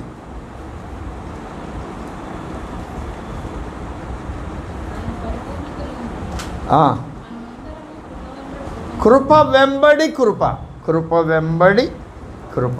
కృప 86వ కీర్తన 13వ వచనంలో అధికమైన కృప అని ఉంటుంది. కొరింథీయులకు రాసిన 2వ పత్రిక 9వ అధ్యాయం 8వ వచనంలో సకల విధములైన సమస్త విధమైన కృప అని ఉంటుంది. సర్వకృప అని దేవుడు అని పేతురు గారు చెప్తారు.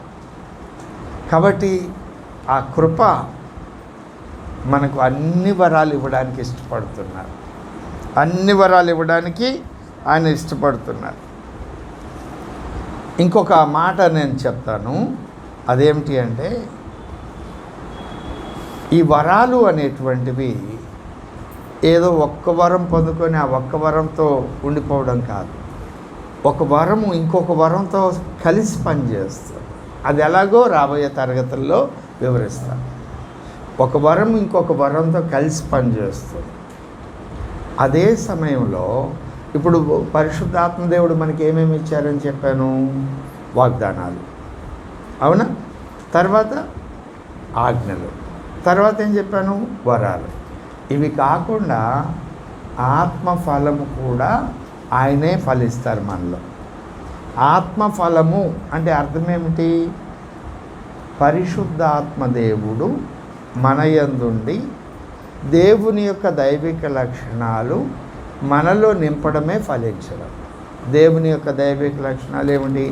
ప్రేమ, సంతోషము, దయాళుత్వము, విశ్వాసం, ఇవి ఉన్నాయి కదా. ఆయనే మన యందుండి ఫలిస్తారు. ఇప్పుడు ఆత్మఫలంలో ఎన్ని దైవిక లక్షణాలు నమోదు చేయబడ్డాయి? గలతీ 5:22లో 9, అవునా? ఈ వరాలు ఉన్నాయి కదా. ఒక విషయం బాగా గుర్తుపెట్టుకోండి, వరాలు ఒకదానికొకటి సంబంధం కలిగి ఉంటాయని చెప్పాను, అదొక స్టేట్మెంటు. ఇంకొక స్టేట్మెంటు, వరం ఎప్పుడూ కూడా ఆత్మఫలము లేకుండా నెరవేరదు. వరం ఎప్పుడూ కూడా ఆత్మఫలంతో కలిసి పనిచేస్తుంది. ఒకవేళ ఆత్మఫలం లేదు అనుకోండి, ఏం జరుగుతుంది చెప్పండి? నీకు స్వస్థత వరము, ఆత్మఫలంలో ప్రేమ లేదు. ఒక దైవ సేవకుడట, మంచి స్వస్థత వరం కలిగిన వ్యక్తి, అతనిలో ఆత్మ ఫలించలేదు. దాని కొరకు అతను సాధన చేయలేదు. ఎక్కడి నుండో చాలా దూరం నుండి దీర్ఘకాలంగా కడుపుల నొప్పితో, విపరీతమైన కడుపుల నొప్పితో బాధపడుతున్న ఒక వ్యక్తిని తీసుకొచ్చారు. ఈయన ఆత్మపూర్ణుడై అందరికీ స్వస్థత ప్రార్థనలు చేస్తున్నారు. ఈయన నొప్పితో మెలితిరిగిపోతూ కేకలు పెట్టుకుంటూ వస్తుంటే తీసుకొచ్చారు బలవంతంగా. ఎప్పుడైతే అతను చూశాడో లాగి కడుపులో తన్నాడు. ఏ సున్నామమున స్వస్థత కలుగును గాక. ఆడికి స్వస్థత వచ్చింది, కానీ ఈ తన్నితే వచ్చినటువంటి నొప్పి ఇంకెక్కువైపోయింది. ఈ పాస్టర్ దగ్గరికి ఇంకెప్పుడు నేను పోనని ఆడు పారిపోయాడని జరిగిన సంఘటన భక్తులు చెప్పగా నేను విన్నాను, రాయిగా చదివా. రైట్. ఇప్పుడు అతనికి వరం ఉంది, ఆత్మఫలం లేదు, ప్రేమ లేదు. ప్రేమ లేకుండా వరాన్ని ఉపయోగిస్తే వాడు యేసుకే దూరం అయిపోయాడు కదా. కాబట్టి వరం ఎప్పుడు కూడా ఆత్మఫలంతో కలిసి పనిచేస్తుంది. ఈ మాటలు మీరు మనసును పెట్టారు. ప్రభునందు నాకు అత్యంత ప్రియమైన వాళ్ళారా, పరిశుద్ధాత్ముడు మనలో చేసే కార్యాలు ఎన్ని? 5 కార్యాలు. స్థూలంగా 5. ఒకటి ఆయన 4 ఇచ్చారని చెప్పాను. ఏమిచ్చారు? వాగ్దానాలు, ఆజ్ఞలు, వరాలు, ఆత్మ మన యందుండి ఫలించడం. ఈ 4 అనుభవాలు మనలో ఎలా కార్యం చేస్తాయి అంటే 5 విధాలుగా కార్యం చేస్తాయి. ఒకటి, నూతన జన్మ అనుభవాన్ని కలుగజేస్తాయి. ఒకడు నూతనముగా జన్మించితేనే తప్ప, అవును కదా, నూతన జన్మ అనుభవాన్ని కలుగజేస్తాయి. రెండవదిగా పరిశుద్ధాత్మ బాప్తిస్మమును నెరవేరుస్తాయి. చెప్పాను పరిశుద్ధాత్మ బాప్తిస్మం అంటే ఏమిటో. గుర్తుందా? రైట్. మూడవదిగా పరిశుద్ధాత్మ అభిషేకము. నాలుగవదిగా పరిశుద్ధాత్మ నింపుదల. ఐదవదిగా పరిశుద్ధాత్మ వశులము కావడం. పరిశుద్ధాత్మ వశులమైతేనే సంపూర్ణతలోనికి వెళ్తాము, రాకడ కొరకు సిద్ధపడతాము. ఆ సంపూర్ణ సిద్ధి, ఆ కార్యక్రమాలన్నీ పరిశుద్ధాత్మ వశులైనప్పుడే అది జరుగుతుంది. దాని కొరకే దైవభక్తి సాధన చేస్తున్నాం. పరిశుద్ధాత్మ దేవుడు లేదా సత్యస్వరూపి అయిన ఆత్మ, లేదు నిత్యుడొక ఆత్మ, లేదు ఆదరణకర్త, ఆయన మనలో చేసే కార్యాలన్నీ 5. మొట్టమొదటిది ఏమిటి? నూతన జన్మ అనుభవం. అది మనలో నెరవేర్చారు కదా, ప్రతిదినము నెరవేరుస్తున్నారు.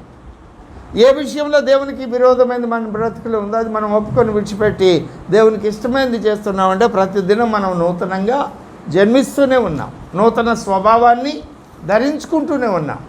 రెండవదిగా పరిశుద్ధాత్మ బాప్తిస్మం అంటే అది మన జీవితంలో ఒక్కసారి జరిగేది, మనం బాప్తిస్మం తీసుకున్నప్పుడు.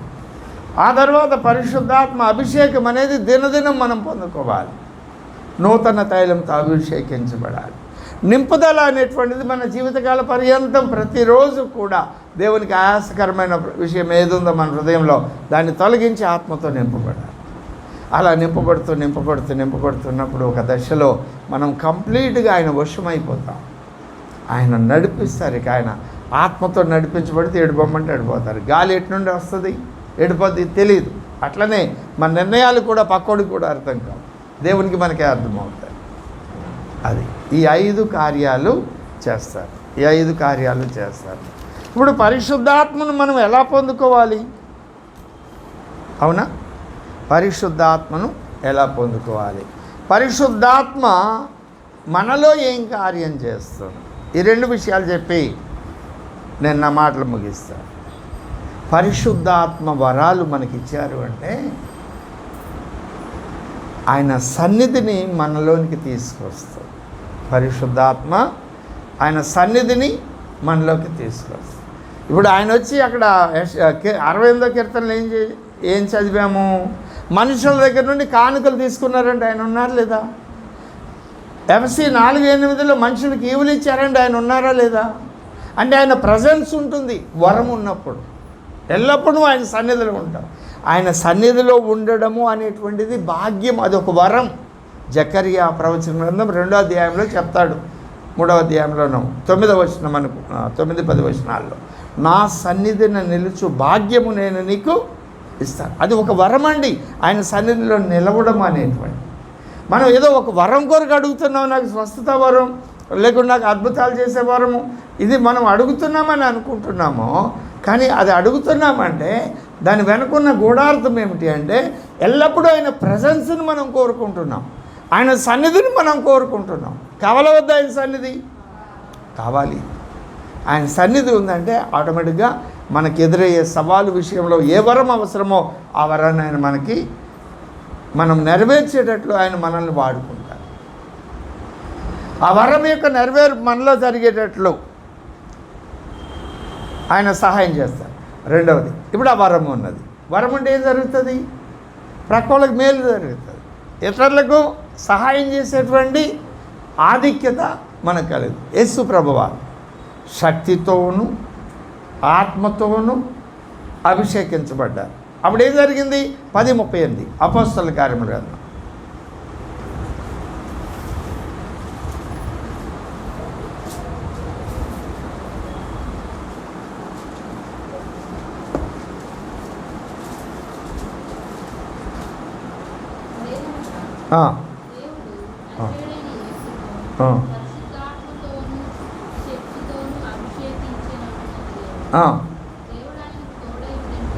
గనుక అంటే దేవుడు తోడై ఉన్నాడంటే ఆయన సన్నిధి ఉన్నది మొదటిది. రెండవది, మేలు చేయొచ్చు. ఎవరికి? ప్రజలకు మేలు చేయొచ్చు.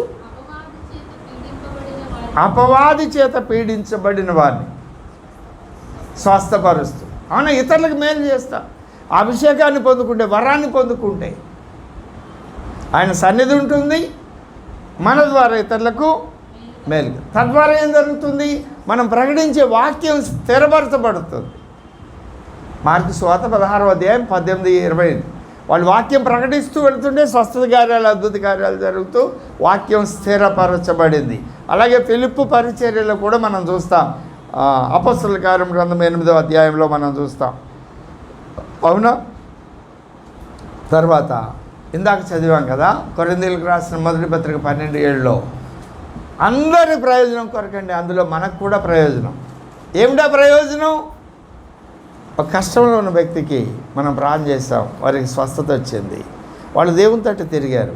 ఆ దేవుని పని చేయడం ద్వారా ఆ దీవెన మన మీదకి వస్తుంది. మనకు కలిగే ప్రయోజనం వేరు, మనకు కలిగే ఆధిక్యత వేరు.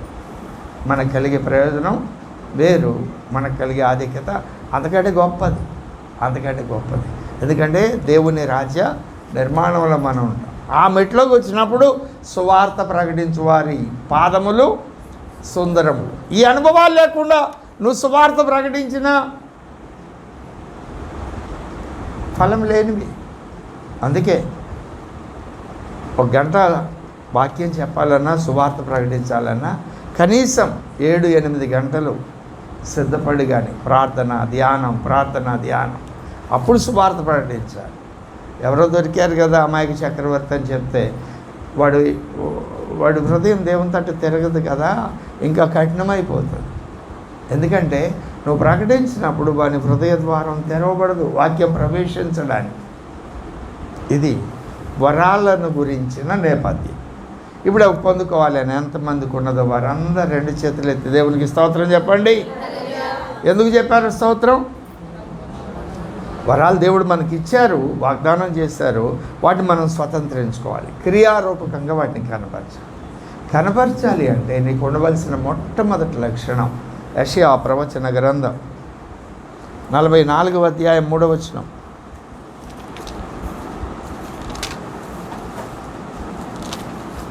యెషయా ప్రవచన గ్రంథం 44:3.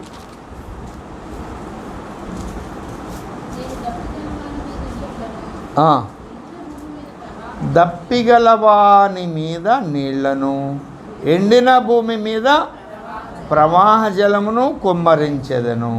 నీ సంతతి మీద నా ఆత్మను కుమ్మరించెదను. నీకు పుట్టిన వారిని నేను ఆశీర్వదించు. ఇప్పుడు చెప్పండి, దప్పిక గలవాని మీదే నీళ్ళట. దప్పికున్నాడు ఎట్లుంటాడు చెప్పండి. బయట నుండి వచ్చాడు ఎండిపోయి, గొంతు ఎండిపోయింది. దప్పిక, అమ్మాయి ఒక గ్లాస్ మంచినీళ్ళు ఇవ్వండి. ఈ అమ్మాయి ఏదో పని చేసుకుంటాడు. ఏం చేస్తాడు? ఈయనకి ఏదో అర్జెంట్ పని ఉంది, అవునా? ఆ పని కూడా పట్టించుకోడు. నీళ్ళు ఎక్కడో నేను వెతుక్కుంటూ వెళ్తాడు. ఇంట్లో లేవు, క్యాన్ ఎక్కడుందో వెళ్తాడు. అక్కడ లేవు, మినరల్ వాటర్ ఎక్కడ అమ్ముతారో లీటర్ బాటిల్ కొను. ఇంకా ఆ పని తప్ప ఇంకొక పని అయినా చేస్తాడండి దప్పుకున్నాడు. ఉందా దప్పిక నీకు? ఏ పని చేస్తున్నా, ఏ ప్రయాణం చేస్తున్నా, ఎంతమందిలో ఉన్నా, ప్రభువా నీ ఆత్మ నాకు కావాలి. నీ ఆత్మ నాకు ఇచ్చినట్లయితే ఈ పని నువ్వు చేసినట్టు నేను చేస్తా. నాకు అందుకు అభిషేకం కావాలి. ఈ మాట నువ్వు మాట్లాడినట్టు మాట్లాడుతా, అందుకు నాకు అభిషేకం కావాలి. ఈ క్రియ నువ్వు చేసినట్టు నేను చేస్తా, అందుకు నాకు అభిషేకం కావాలి. మనం ఏం కాదు పాస్టర్ గారు, మరి అండి అట్లా అనుకున్నామండి, చేద్దాం అనుకున్నామండి. నువ్వు ప్రార్థన చేయండి. నువ్వు అనుకోవడం, నేను ప్రార్థన చేయడం, నువ్వు నేను జోగి ఏమన్నా ఉపయోగం ఉందా? అదే నువ్వు దేవుని మీద ఆధారపడితే, నేను దేవుని మీద ఆధారపడితే అక్కడ దైవ కార్యం. లోకంలో ఉన్న వాళ్ళు చేయట్లేదండి, చేస్తున్నారు. అవి నిలిచి ఉండేవి కావు, వాటన్నిటిని మురికి గుడ్డలు అన్నారు ఆయన, అవునా? అదే ఆత్మవశులైతే ఎండిన దప్పిక కొనిన ఆ దప్పిక నీకుంటే 50 దినాలు ప్రత్యేకించుకోండి. ఏంటి ఇంకా బుధవారం రాలేదు, పాస్టర్ గారు ఎప్పుడు వస్తారు? గురువారం ఒకటిన సేవకుడిని పిలుస్తా అన్నాడు. ఆ సేవకుడు వస్తున్నాడు, రావట్లేదా? వస్తే నేనేం నేర్చుకోవాలి?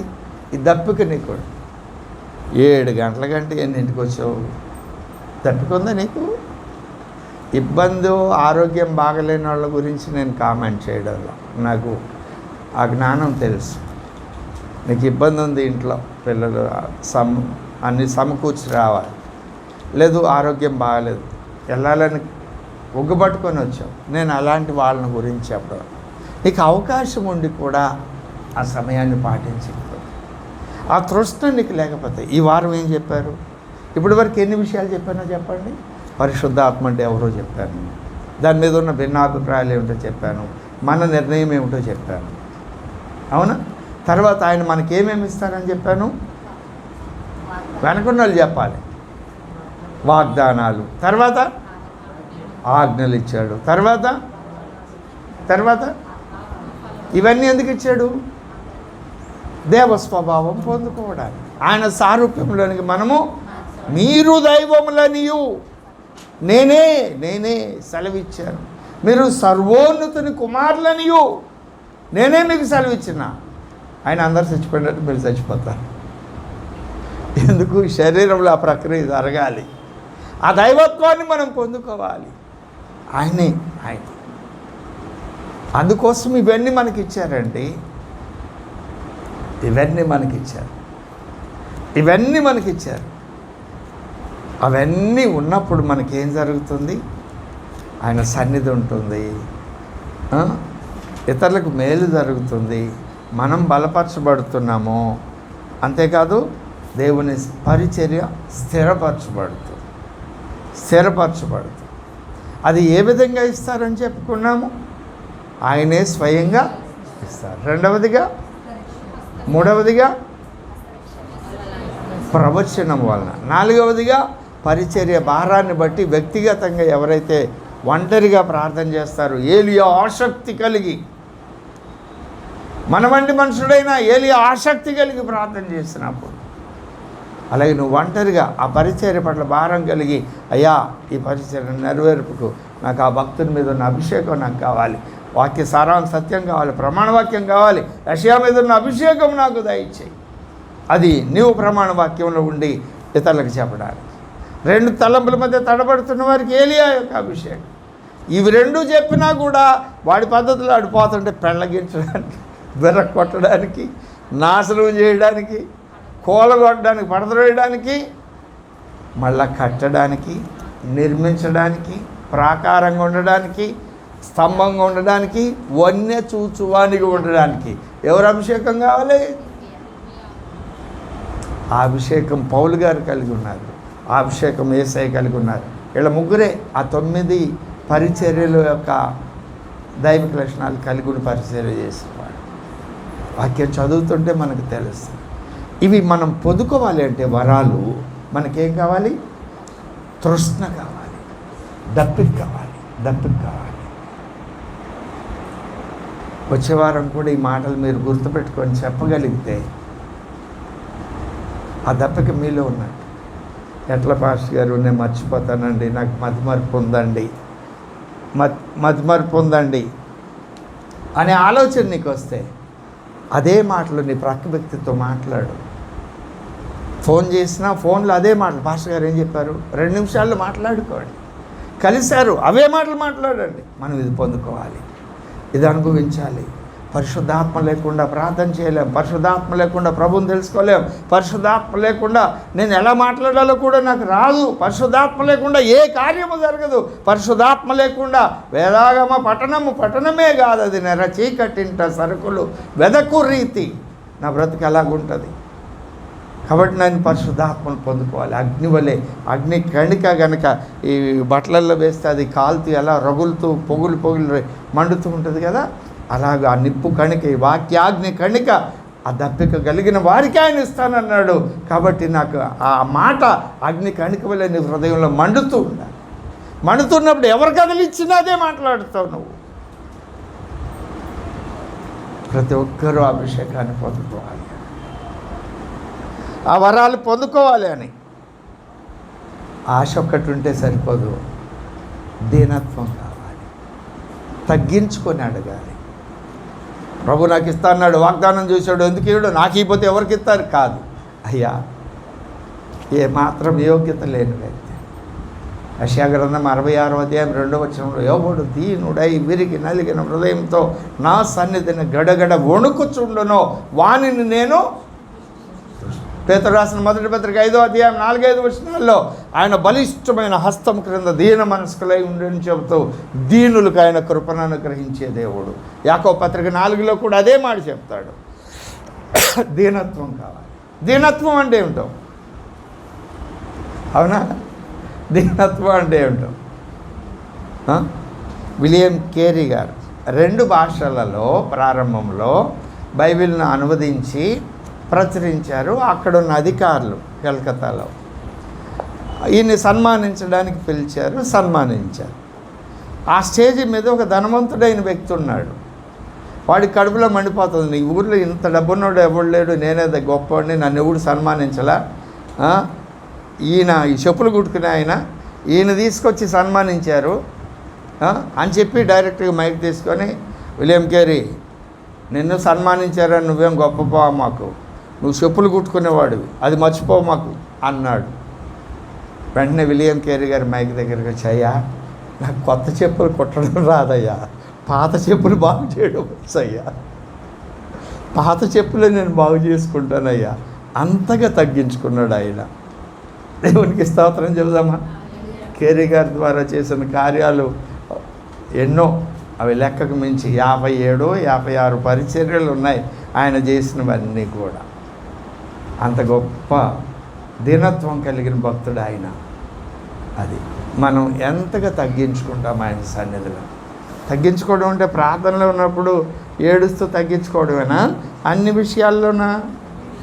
ఎదుటి వ్యక్తి కోపంతో మాట్లాడితే,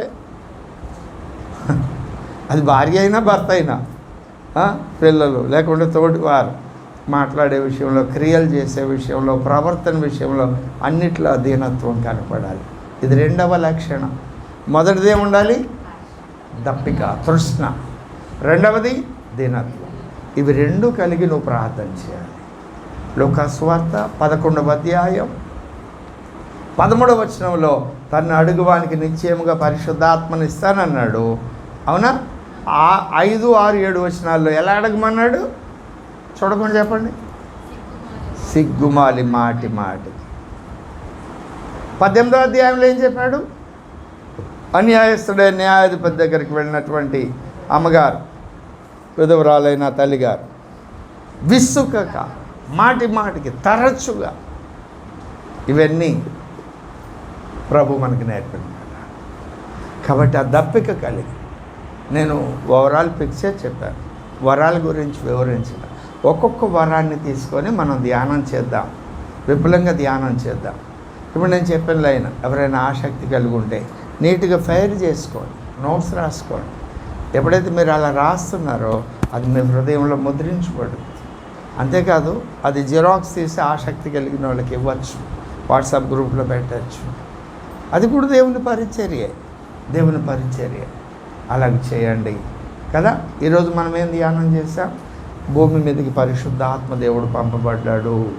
యేసు సెలవులో మరణించి తిరిగి లేచి ఆరోహణమై వెళ్ళడం ద్వారా పరిశుద్ధాత్మ దేవుడు పంపబడ్డారు. ఎందుకు పంపబడ్డారు?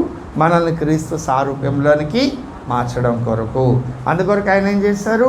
వాగ్దానాలు ఇచ్చారు, ఆజ్ఞలు ఇచ్చారు, వరాలు ఇచ్చారు. ఆయనే మన యందుండి దేవుని యొక్క అదృశ్య దేవుని స్వరూపి అయిన దేవుని యొక్క దైవిక లక్షణాలు మనలో ఫలించినట్లు మనం లోబడే కొలది ఆయన మనలో ఫలించుతారు. ఇవి 4. ఇంకా ఉపదేశం ఉంది, ఇంకా వేరు కోణాల్లో అనేక విషయాలు దేవుడు తెలియపరిచాడు. నేను స్థూలంగా ఈ 4 విషయాలు చెప్పాను. అందులో వరాల గురించి చెబుతూ, వరాలు ఎలా ఇస్తారు దేవుడు అనే స్వయంగా ఇస్తారు. రెండవది దైవ సేవకుల హస్త నిక్షేపణం వలన. మూడవది హస్త నిక్షేపణం చేసినప్పుడు సేవకుడు పలికిన ప్రవచనాన్ని బట్టి దాన్ని పట్టుకొని ఆ భక్తుడు ప్రార్థన చేస్తే. నాలుగవది నీకే ఆ పరిచర్యను గురించిన భారం కలిగి ప్రభువుని అడిగితే, ప్రత్యేకించుకొని అడిగితే, ఏలియా అలాగా ఆసక్తి కలిగి ప్రార్థన చేస్తే ఏలియాకి ఇచ్చిన వరం ఆకాశం ముయ్యడానికి వరం, తెరవడానికి వరం. అంతేకాదు 2 తలంపుల మధ్య తడబడుతున్న ప్రజలను ఒక తలంపు క్రిందకు తీసుకురావడానికి, రెండవదిగా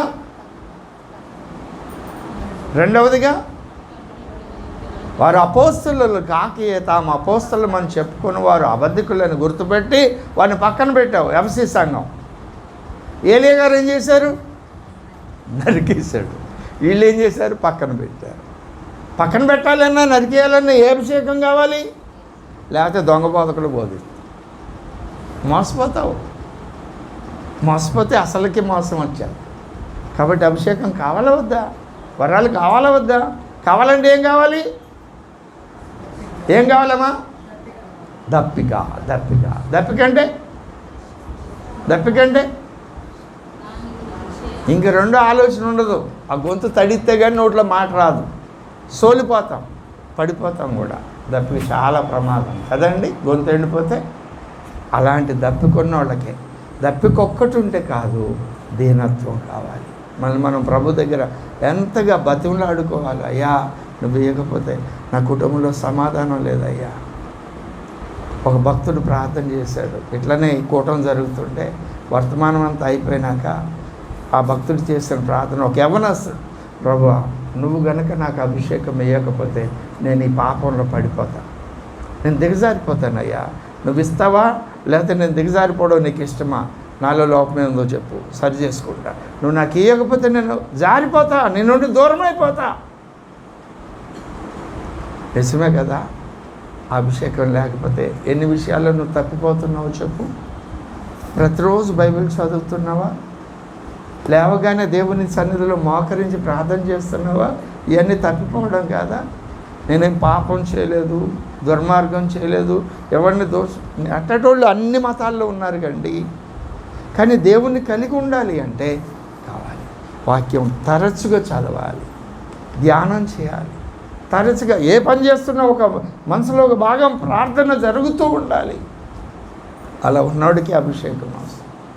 ఆ దప్పుకున్నోడికి అయ్యా నువ్వు కనుక అభిషేకం ఇవ్వకపోతే నేను నా కుటుంబంలో సమాధానం కలిగి ఉండలేను, ప్రేమను చూపించలేను, నీ దైవిక లక్షణాలు నేను పరిచయం చేయలేను, నీవు కలగజేసేటువంటి కార్యాలు నా కుటుంబంలో నేను నెరవేర్చలేను. అయ్యా నువ్వు చేసినట్టుగా నా పని ఏది నేను చేయలేను, నాకు అభిషేకం కావాలి. నువ్వు ఇవ్వకపోతే నాకు ఇంకొక దిక్కు లేదు.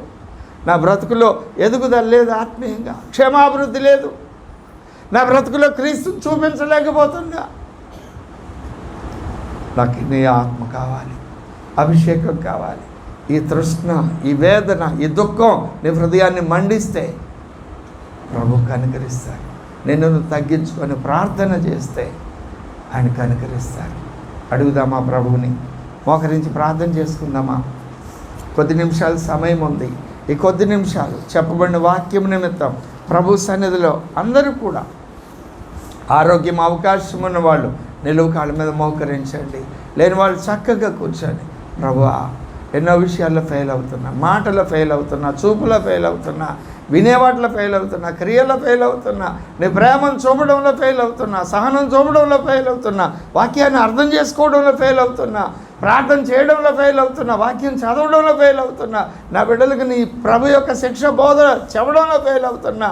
అయ్యా నేను ఫెయిల్ అవుతున్నాయి, నాకు తెలుస్తుంది. అయ్యా నీ ఆత్మ నాకు సహాయం చేయ ప్రభువా, మీ కనికరం నాకు దయచే ప్రభువా. అయ్యా నన్ను కనికరించు ప్రభువా, నన్ను కనికరించు ప్రభువా, నన్ను కనికరించు ప్రభువా. ఎంతో సమయాన్ని వ్యర్థం చేసుకున్నానయ్యా, ఎంతో సమయాన్ని వ్యర్థం చేసుకున్నానయ్యా. నన్ను క్షమించు, నన్ను క్షమించు, నాకు సహాయం చేయ ప్రభువా. ఆత్మ లేకుండానే బ్రతికేస్తున్నా, అభిషేకం లేకుండానే బ్రతికేస్తున్నా. నాకు నేను కూడా ప్రయోజనకరిగా లేను, నీకు వ్యర్థమైన వ్యక్తిగా మిగిలిపోయాను, నీ పనికి అడ్డుగా ఉన్న వ్యక్తిగా మిగిలిపోయాను. I'm unworthy, అయోగ్యుడయ్యా, అయోగ్యురాలయ్యా. నన్ను క్షమించయ్యా, నేను నీ చేతిలో వాడబడాలయ్యా, నేను ఉప్పుగా మారాలయ్యా, వెలుగుగా మారాలనైనా. నన్ను కనికరించు, నన్ను కనికరించు.